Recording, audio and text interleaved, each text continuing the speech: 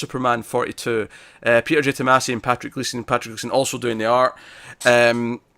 This is a conflicting issue because 2/3 of this are fantastic and probably the best they've written in a long ass time.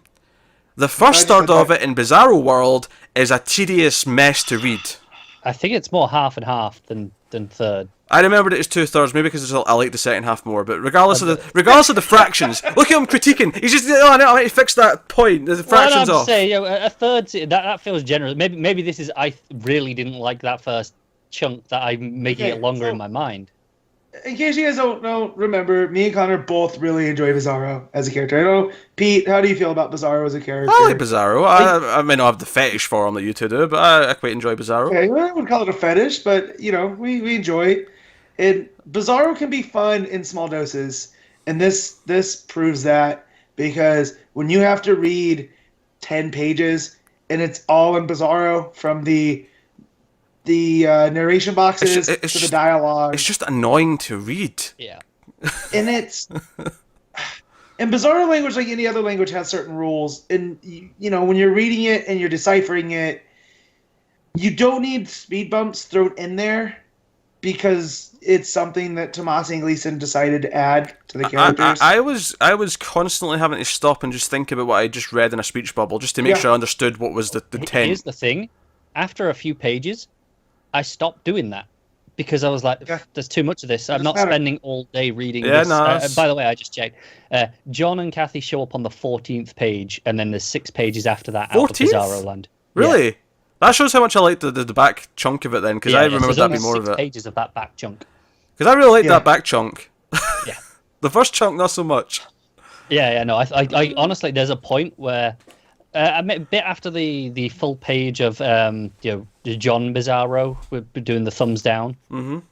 Probably after there is where I'm not really sure what happened, because I stopped reading all these dialogue boxes. Without the dialogue and the narration, I really enjoy what they did by taking the Rebirth issue. That was the Rebirth, right? Yeah, it was the first few pages of the Rebirth issue were basically the first few pages of this, but it was Bizarro. Because you even had the double page spread of him opening exactly. And I got to that, I was like, okay, this is cool, this is fun, and then it descended, like, the Bizarro Lois, I don't understand. Here's my thing though. I don't actually know what most of it accomplished really beyond, because it all ends with just John and Kathy are in her ship using technology to look at this alternate world, and they're watching this. Like, I don't see why you can't just cut to that. Like, at least half the amount of pages earlier. Oh yeah, like I said, that was 13 pages of just Bizarro speak. Yeah, and what was Bizarro Hot Girl doing there? Just randomly, like. Because Rebirth. I guess she wasn't there in Rebirth though. No. I guess it was Bizarro Hot Girl instead of an actual hawk going for the cat. I think was that the thing? Yeah. I don't. So. Although it did crack me up that Goldie was renamed to Silver, which might be the laziest renaming. Because I guess Gold's the opposite of Silver. I guess. Sure. Here's the thing: I can only hear the Bizarros say the word "not" in front of something to mean that it is so many times before I'm starting to just get annoyed that they keep doing it. Yeah. Like, it's just it's annoying. I'm sorry. Although Bizarro in the hammock, basically telling her to piss off and bring me a beer, that kind of cracked me up, because that is kind of the opposite of Superman in every way possible. Yeah. But I don't know. Again, Bizarro in small doses. I kind of like when they go to the backwards Earth, which I'm not going to try to pronounce, and you see all the different versions. But here, though, when you try to actually flesh him out as a character that has a worm farm, because I guess that's the opposite of a real farm, sure. He just kind of stops being fun. Hatria. Yeah, there you go. That's your backwards Earth. Do you know what is really crazy about this issue? I'm just looking through it. Of the family together, which is clearly I think the stuff that we all love the most, right? Oh sure, yeah. The full family. Oh, together. and John and Kathy as well, because I've not seen Kathy in a while, so that was really nice. But just the family, there's only 2 pages of that stuff. Yeah, but it's all packed in there so well. It feels like more. Yeah, it's really good because you get that moment where John keeps like not doing his chores and Lois is angry because he's not taking out the trash but then he's sitting there and they're like, oh, you need to clean the table, you need to do this, and then they start questions like, no, you've got like it's the scent of a farm on you, I can sense this, and it's like, I don't need to use my powers, John. Your face is red, so how is Kathy? And then he just starts super speeding around doing all his chores, like, thanks guys, bye, go to bed. Yeah, which is the most teenage thing. Just I'm gonna get out of here. Yeah. Also, your mom is the best investigative journalist in the world. You're not hiding things from her, ever. I don't care if your dad Superman has microscopic vision. She was gonna get that out of John. Or even Clark try to like, I got some exotic flowers from halfway across the globe. Like, oh yeah, and the place next door put a price tag on it for you. Damn it, busted. It feels like home life, and it's what made me love the Hamilton County stuff so much. I know, like. They've gotten away from it. I almost wish that there was no villain plots in most of this run. It was just a Superman sitcom with the family. Like I'd read the hell out of that. Yeah, I'm so into that. I think I really like when they deal with low-key villains as a family. Yeah, but it's when it gets too big. When they brought in Frankenstein, I thought that was pretty cool. Like we got some weird alien plot, but it didn't matter because it was more about what was going on with the family and. Yeah, that was fun.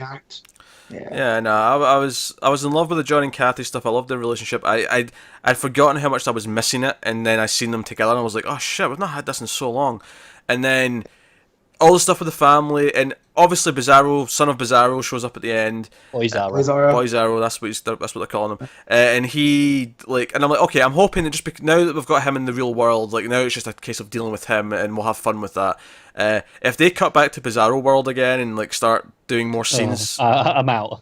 Oh god. Yeah, I feel like Bizarro was gonna follow Boy-Zaro to our Earth and just cause chaos. That's my hope. But I'm hoping it's what it is. I'm hoping it's all set in our world now. That begs the question: if that is the case, why did we need so much on Bizarro World? Like, what did it accomplish? I don't know. I just think they wanted to show us the Bizarro rebirth because this is them reintroducing this version of Bizarro because up till now through New 52 it was the Lex clone. That's true.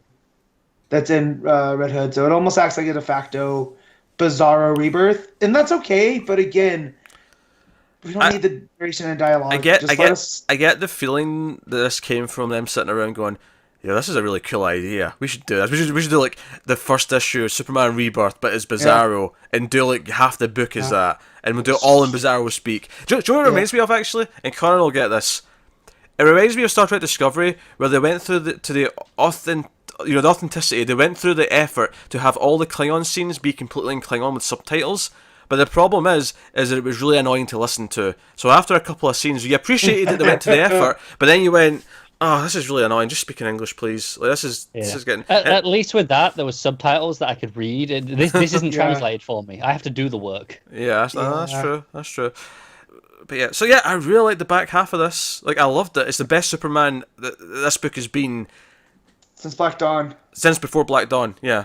That's how far back we're going. Yeah. It's a full year that this is better than. The first half, though, is some of the worst. It's not. I mean, I'll still say it's the worst. It's just misguided. I think. Yeah. Okay, here's the thing. It's maybe not as objectively bad, but I hated reading it more because it's actual work to read. Even reading it, it's still better than reading the plaques on the field trip. Oh, okay. Yes. Yeah. I'm giving it that. I might be giving them too much credit. Maybe that was the point of we're going to inundate them with Bizarro speech because reading comics is supposed to be fun. We're going to make this feel like a chore because it's Bizarro. I get what you're saying, but don't do that. Don't make it a chore. I know. No, make it a chore for 3 or 4 pages, not 14. Yeah. It's just too much. God, and so what's up with Boy-Zaro? So he's the opposite because John just idolizes his dad and Boy-Zaro hates his dad. Is that the whole point of that? I guess. Mm-hmm. I hate that. I hate the opposite rules of things. Like, I get like he has heat breath and ice vision. You know, that's a fun flip, and he flies backwards. Yeah. But like, I think sometimes they get a bit inconsistent with the opposites. Like sometimes they'll say, Like I think it was where when he says to get him a beer, he says, "Do take me a beer," and it's like, but shouldn't it be "do not"? Right. Like, it feels inconsistent. Yeah, it feels like they've got the joke that they're playing with, but there's not actually the hard set of rules that they're using to actually define. Yeah, so every line I have to look at it and go, okay, which version of the rules are they using for this line? And then move on to the next one, do the same again, so it takes so long to read. Yeah. Oh well, there you go. That's Superman. Oh dear. All right, so I mean, we didn't fight over that one. That was an agreed a round of conflicting opinions. Still disappointing. Yes, so hey, I like Batman. I started off on a good foot. I'm not having a great week so far. Just you two being negative Nancy's. That's fine. I just, if you guys want more good Bizarro, check out Heath Corson's Bizarro mini. Tim and Jimmy Olsen on a road trip across the United States to get Bizarro back to Bizarro US, which is Canada. So it's a whole lot of fun. It's joyous and it's delightful. And there's not a lot, like, the Bizarro speak in there is straight up just Bizarro talking backwards and being a lovable galoot. So, and I don't mind Bizarro speak when it plays off someone. Because you get small doses and you figure out from context of what other people are saying as well. You get the reactions. Yeah. In this, because it's Bizarro speak, then more Bizarro speak. It's really hard to figure out. There's nothing to bounce off of. There's no context.